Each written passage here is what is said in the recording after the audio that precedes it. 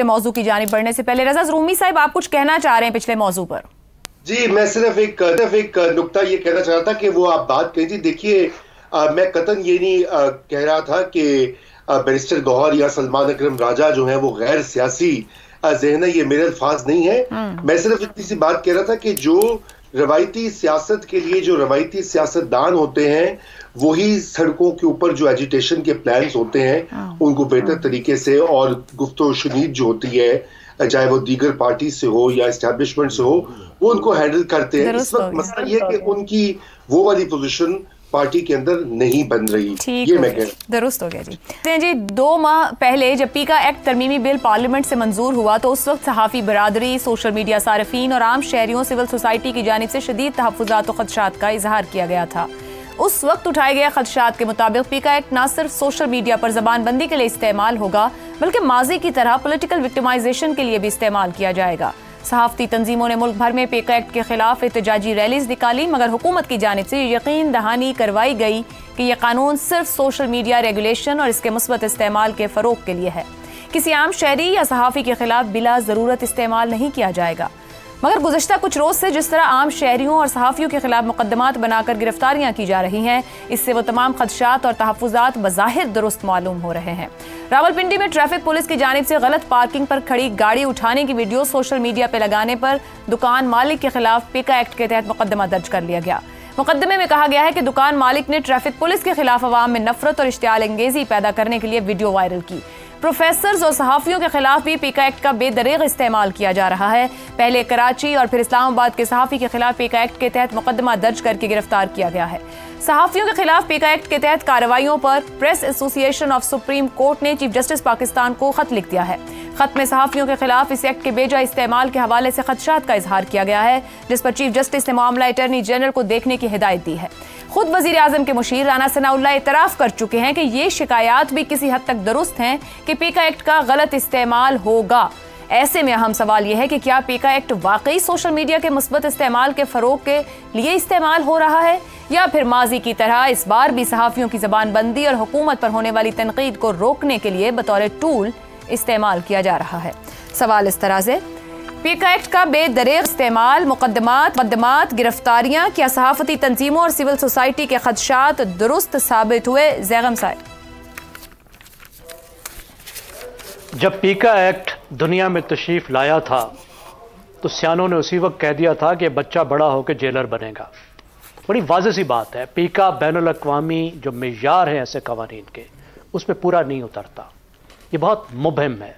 इसमें जो इस्लाहात इस्तेमाल किए, इस्तिलाहात इस्तेमाल की गई, बहुत मुबहिम है। फेक न्यूज़ जो कोई चीज़ ही नहीं होती, मिस इन्फॉर्मेशन और डिसइंफॉर्मेशन होती है, और डिसइंफॉर्मेशन पर कार्रवाई की जाती है और उसको लिंक किया जाता है कि इस डिसइंफॉर्मेशन से हार्म क्या हुआ, किसको नुकसान हुआ, कैसे नुकसान हुआ, यह तय करना पड़ता है। एंटी स्टेट कौन तय करेगा कि एंटी स्टेट? हुकूमत तो हर किसी को एंटी स्टेट करार देती है। फिर सेक्शन 20C है जिसमें ऑनलाइन डेफेमेशन है कि अब आपने बताया यही कुछ है ना, कि एक ट्रैफिक पुलिस वाला जिसकी एक कार्रवाई को एक सिटीजन जर्नलिस्ट ने, एक आम आदमी ने जो एक जर्नलिस्ट की तरह उसको ऑनलाइन कर दिया, उसकी डेफेमेशन हो गई। तो हम देख रहे हैं कि हुकूमत इसको वेपनाइज कर रही है और शायद इसका मकसद भी यही था। एक तरह की सेंसरशिप कायम कर रही है, सियासी दबाव के लिए इस्तेमाल कर रही है, इख्तलाफ राय को दबा रही है। और सबसे बुरा हाल सहाफ़ियों का हो रहा है जिनको साइबर क्राइम के नोटिसेस मिल रहे हैं, जिनको हैरेस किया जा रहा है, और फिर आम लोग जिनके 15-15 फॉलोअर हैं उनके पीछे FIA लगी हुई है। इतना आसान हो गया ये FIA के लिए, जिस मुल्क में इतने बड़े बड़े मसले हैं इसी से मुताल्लिक।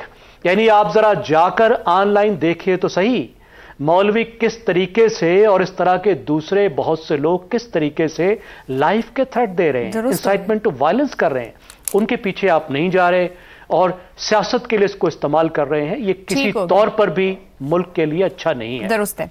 रजा रूमी साहब, माजी में प्रेस, मीडिया, कवानीन, अखबारात, टीवी की बंदिश रही, अब सोशल मीडिया है। माजी की तरह अब इस तरह के कवानीन क्या सोशल मीडिया को कंट्रोल कर सकते हैं?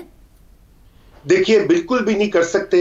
वक्ती तौर के ऊपर किसी को डरावा धमकाया जा सकता है, मगर मसला यही है कि आप देखिए कितनी बार इसका इतलाक हुआ है, पीका का भी हालिया हफ्तों महीनों में, क्या फर्क पड़ा है? बात तो वही जारी है, एक को आप बंद करते हैं, दूसरे 10 और निकल आते हैं, तो अभी तक तो कुछ ऐसा नहीं हुआ। मगर आयशा, इसमें इंपॉर्टेंट चीज ये है कि जो हमारी सियासी पार्टियां ये समझती हैं कि इस तरह के कवानीन और रूल्स लाकर वो कोई बहुत बड़ा कारनामा अदा कर देगी, तो वो कुछ नहीं सीखती। यही मुस्लिम लीग नून है, ये पीका का कानून उन्होंने अपने पिछले दौर में इसको पास किया था, और सबसे पहले इसका इतलाक उन्हीं के वर्कर्स पे हुआ था।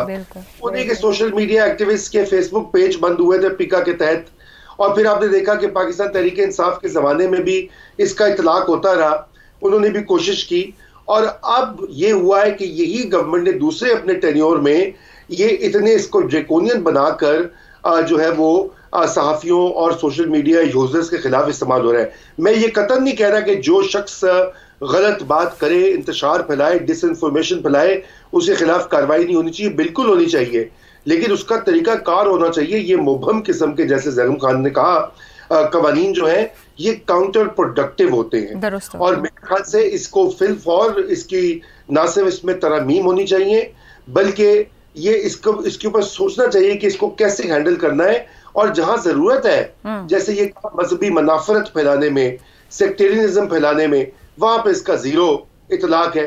बाकी हर जगह सियासी मामलात के ऊपर ये फौरी तौर पे पीका निकल आता है। जी सर, पीका एक्ट का जैसे इस्तेमाल किया जा रहा है, मुकदमात, गिरफ्तारियों का अंदाज, और फिर जब प्रोड्यूस किया जाता है, दूसरी जानिब खुद हुकूमत की जानिब से ख्वाजा आसिफ साहब कह रहे हैं कि मौजूदा सहाफत में मिलिटेंसी आ चुकी है। सहाफत की और सहाफ़ी की जिस तरीके की तारीफ की आज ज़रूरत पड़ गई है, कितना रास्ता दुरुस्त लिया जा रहा है और कितना दुरुस्त नहीं है?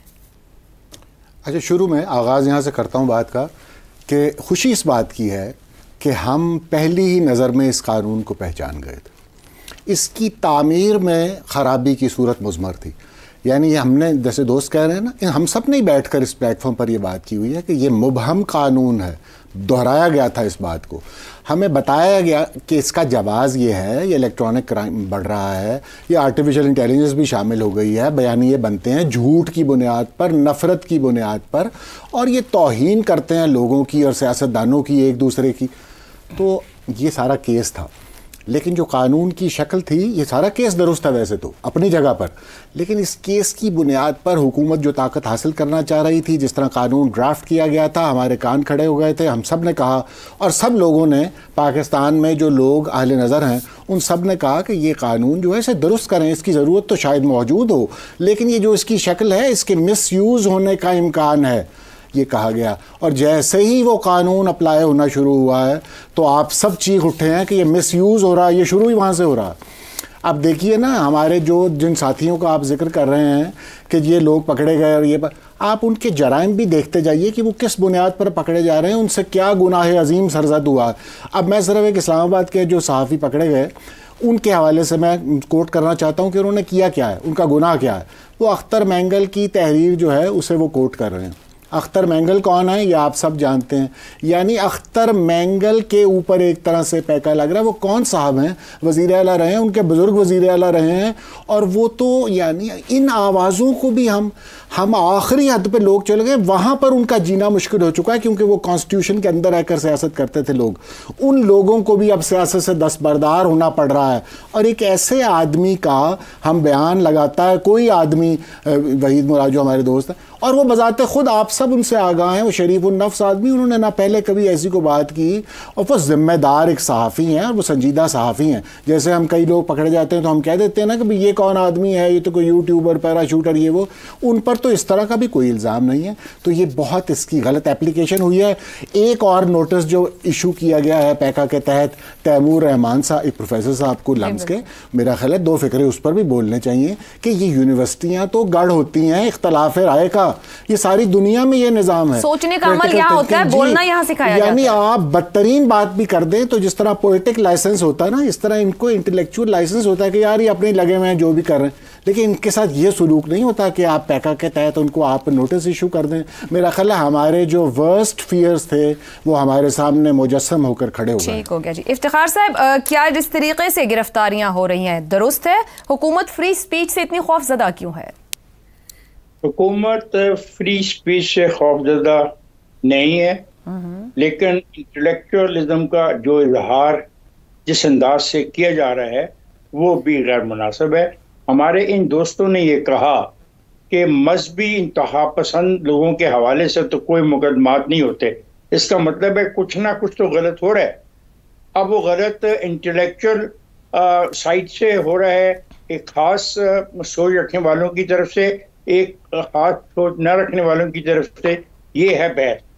मैं ये समझता हूँ कि अगर इसमें इबाहम हैं तो ये जो दोस्त मेरे साथ आज इस गुफ्तगू में शरीक है ये, और ये अपने साथियों को 20-30 साथियों को कहें कि उन तमाम इबाहामों को ख़त्म करने के लिए एक तहरीरी तौर पर तजवीज़ पेश करें, जज्बाती गुफ्तगू न करें, और तहरीरी तौर पर तजवीज़ पेश करें कि किस किस क्लास को जो है अमेंड करना चाहिए ताकि उसका मिसयूज़ ना हो।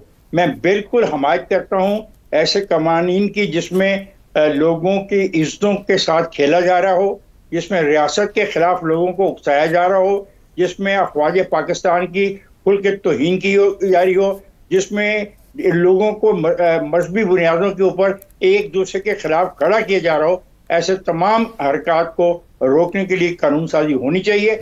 अगर मौजूदा कानून साजी में कोई इबाम है और इसके तरीक़ाकार गलती है तो इन दोस्तों को चाहिए कि तहरीरी तौर पे इसका राय का एक फैसला करें। ठीक हो गया जी। जैन साहब कुछ कहना चाह रहे हैं?